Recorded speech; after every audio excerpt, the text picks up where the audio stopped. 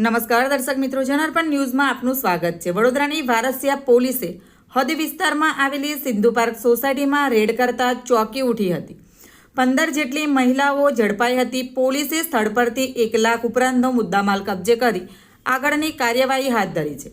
વડોદરા શહેરના વારસિયા વિસ્તારમાં આવેલી નિક્કીબેન હરેશકુમાર મનમાની પોતાના આર્થિક ફાયદા અનુસાર મકાનમાં જુગારધામ ચલાવે છે, જે ચોક્કસ માહિતીના આધારે પોલીસે રેડ કરી હતી। રેડ કરતા પોલીસ પણ આશ્ચર્યજનક પરિસ્થિતિમાં મુકાઈ ગઈ હતી। આ રેડમાં સારા ઘરની 15 જેટલી યુવતીઓ મહિલાઓ જુગાર રમતા રંગે હાથે ઝડપાઈ ગઈ હતી।